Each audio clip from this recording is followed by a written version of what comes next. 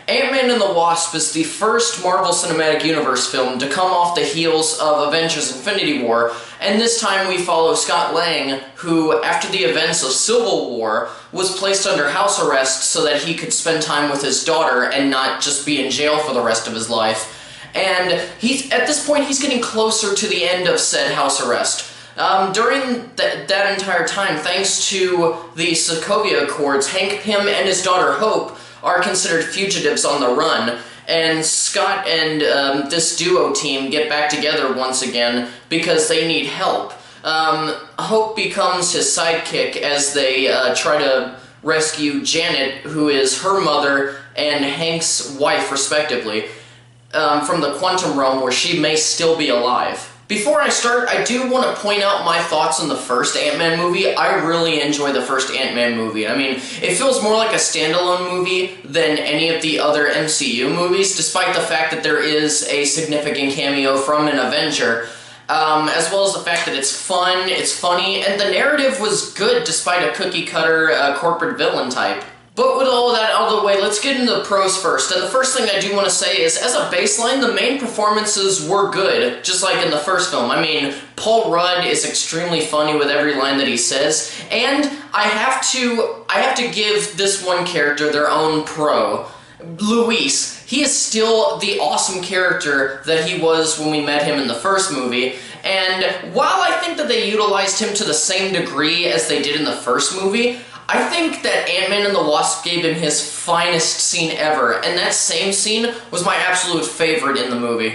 Evangeline Lilly as the Wasp was definitely a small bright spot in the film, but sadly I don't have too much to talk about on her, and I'll actually explain a bit when I get to the con section. I really did love that the relationship between Scott and his daughter was an emotional center, just like in the movie, and their interactions in Ant-Man and the Wasp were so adorable and just made me feel even more invested in the plot. I also did like the fact that this film as well did feel a little disconnected to the rest of the universe. There's obviously going to be callbacks, especially because the situation in this film was affected by the events of Civil War, but there aren't random appearances by other heroes or anything big like the first Ant-Man movie. And like the first Ant-Man movie, it's primarily focused on Ant-Man and friends. And the visuals were pretty good too. I mean, they definitely did some interesting things with the Pym technology, particularly on Scott Lang. And they even go back into flashbacks like the first movie did, where we saw a young Michael Douglas, and we were like, how the hell did they do that? And they do it in this film again, and it seems like the technology has gotten even better. And of course, speaking of Hank Pym, Michael Douglas gives another really good performance. And it's like, sure, the character's really good, but I honestly prefer the performance from Michael Douglas. I have a lot of fun watching him play this character. Now, sadly, I do have to get into the con section, and there's actually quite a few for me. The first one is, while I enjoyed the returning characters, a few of them seem to have changed in between the films. Like, for instance, Scott Lang. In the first movie, he's shown to be very intelligent and witty, and I don't just mean from a humor standpoint. But in this sequel, he's more of a bumbling idiot type. He's still smart, but he's kind of clueless about how things work. Especially a lot of the science jargon that is thrown around, even though he didn't really have too much of an issue with that in the first movie. And this is probably a nitpick, but the movie is called Ant-Man and the Wasp. They make him come across as a sidekick thanks to this bumbling idiot behavior. And they even put some of the more interesting parts of Lang's character, you know, his criminal past, his home life, his struggles before the first film. They put them in the back seat this time around, and I don't even know what else to say about this, because there's just so much, and I don't want to get into spoilers. Then there's the side characters. Okay, the recurring ones are fine. There's nothing wrong with them. I'm talking about the new ones. Like, because of the house arrest, Scott has an FBI agent who works as a parole officer who's played by Randall Park, who comes in and checks on him every once in a while. They decide to make his character a sort of comic relief, and it just doesn't work out because the way that he's written is not funny. And as far as his character, he feels like he's unreliable in the job, and all he's good for is a predictable set of scenes where he breaks into Scott's house with a battalion of FBI agents because it's obvious that he's been outside. We need to go see if he's actually here because, you know, the ankle bracelet says that he's here, but we know that he's here. And then they come in, and then of course he shows up because, you know, protected by the plot. Anyway, just, it feels like all that time is wasted, and it happens multiple times, so it got really annoying to me after the second time, especially because a lot of the scenes where they break into the house look the exact same, and there's like no minute difference to it.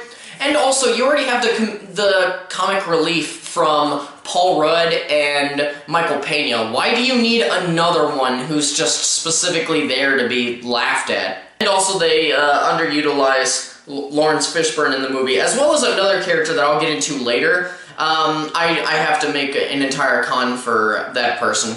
I didn't personally connect with the relationship between Scott and Hope. It seemed like all of their true development happened in between the two movies, and it just comes across as this afterthought. Recently, Marvel has been changing things up in the villain department. For the longest time, villains were just used as plot devices, something to launch the hero through the hero's journey. And then early last year, things started to change. The villains started getting better on a character level. And I would actually argue that it started slowly with Ego in Guardians of the Galaxy Volume 2. And now the last three villains, Vulture, Killmonger, Thanos, you know, have become the MCU's greatest villains on a character and writing standpoint.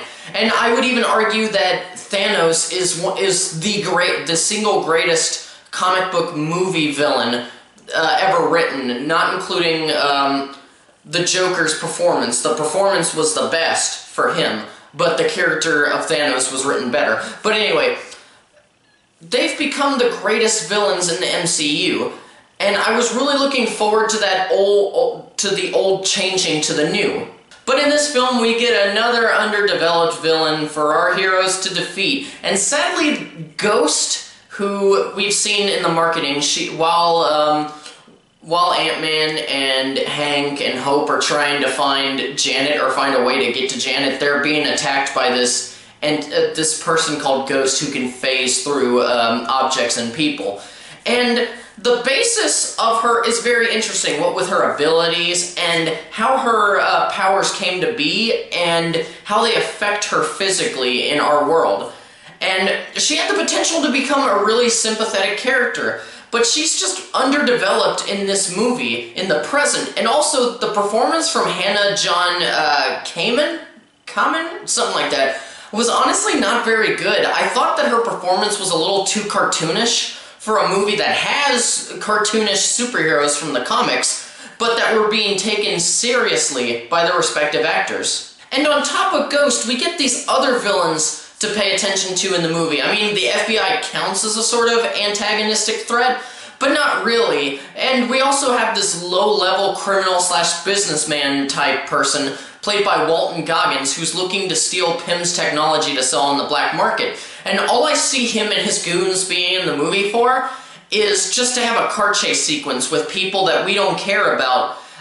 You know, if the car chase involved FBI and, you know, Ant-Man and the Wasp started doing a bit of destructive things, then we would probably care. Whereas these are just throwaway villains, and it's like, yeah, we're glad that that guy's neck broke when that truck flipped over, you know, that kind of shit. As far as the fun aspect in the movie, I regularly found myself only mildly interested, except for in that one scene with Luis, where he's, you know, the one that I said earlier was my favorite scene in the entire movie. That one had me, you know, sorry, I forgot the word, invested. That was an easy word, why did I forget that?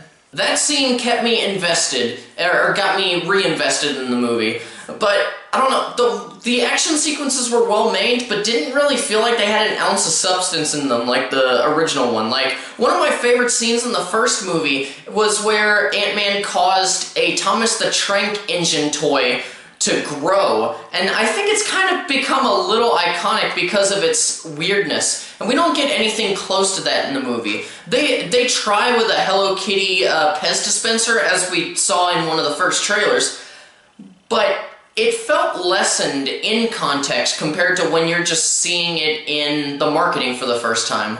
The movie is more fast-paced and lighter in tone than the first, but they sacrifice a good narrative and better characters to achieve this. There are a number of things in this movie that where things will happen that don't make very much sense, and either no one questions it, or someone does and nobody answers, or somebody asks and they get an answer. It's just so... it's a vague, non-answer, you know what I mean? There's even one thing towards the end that just happens and nobody even asks about it, and it was something that you needed an answer to because it just made no sense on like any kind of level. And when that thing happened, I actually stopped caring about the entire film. Luckily, there was only 5 minutes left, really, but you know, it kind of affected my overall viewing. And for my last complaint, I need to bring up Janet, the original Wasp, who was stuck in the quantum realm. We all knew that we would see her in the film thanks to the marketing campaign showing us that she was being played by the legend Michelle Pfeiffer, and there are certain things that they do with her character that pissed me off, and a lot of it was tied to my last con about not explaining things. And there were actually some questions that have been asked on the press tour for Ant-Man and the Wasp where somebody would ask, like, you know, hey, will this be explained? Will this be explained? Because, you know, she's been down there for so long, we don't know anything. And the director said, yes, we will explain it. And most of it was not explained, and then there was one throwaway line that was supposed to answer everything. And it just... no.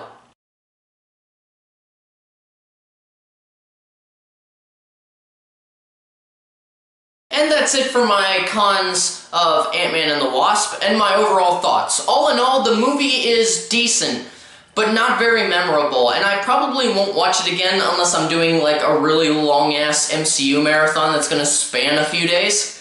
And this movie is probably gonna get a lot of praise, because I haven't seen any of the reviews on this movie, because, you know, I wanted to make sure that I got out my thoughts first and they weren't tainted by anybody else's. And also, I'm sorry that it took a little bit. I've just been, my schedule changed at my day job, and I was just getting used to that because I actually had to change my sleep schedule as well. But anyway, a lot of people are probably giving this movie praise for being different from Infinity War, you know, by having a much lighter tone than Infinity War did, because we all know the ending to Infinity War was just devastating on an emotional level. But in the future, nobody's gonna care when this movie came out. They're just gonna judge it by its own merits, which is what I'm doing right now. I'm judging it on its own merits. And this movie isn't the worst MCU film, but to me it is low on the list. But that's just me personally. I mean, if you want to go out and have a fun time, this will definitely be a fun time. Just don't expect much substance. And that's where I will end this video. If you like this video, please don't hesitate to hit that like button. And if you're new here, hit that subscribe button so that you can keep up to date with everything that's happening on the channel.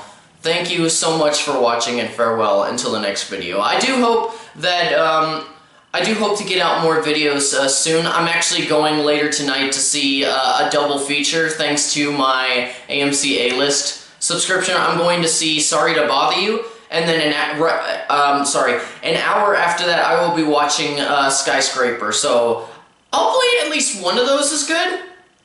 I don't know, we'll see. But anyway, yeah, thanks once again, and farewell.